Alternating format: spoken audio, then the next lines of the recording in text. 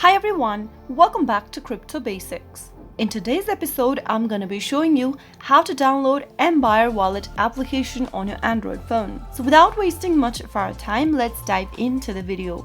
Open your Play Store and go to the search box at the top and type in Ambire wallet. Once you come across this application that says Ambire Smart Crypto Wallet, tap on the install button to begin downloading the application. Now wait until the app is downloaded and installed on your device and you will be able to access the application whenever you want. So that is how you can easily download Ambire Smart Crypto Wallet application on your Android phone within a few simple steps, within a few minutes. If you found the video to be helpful, go ahead and give us a thumbs up. Don't forget to subscribe to our channel by hitting the subscribe button. Also, press on the bell icon so that you'll never miss another upcoming upload from us. I will see you again in the next video.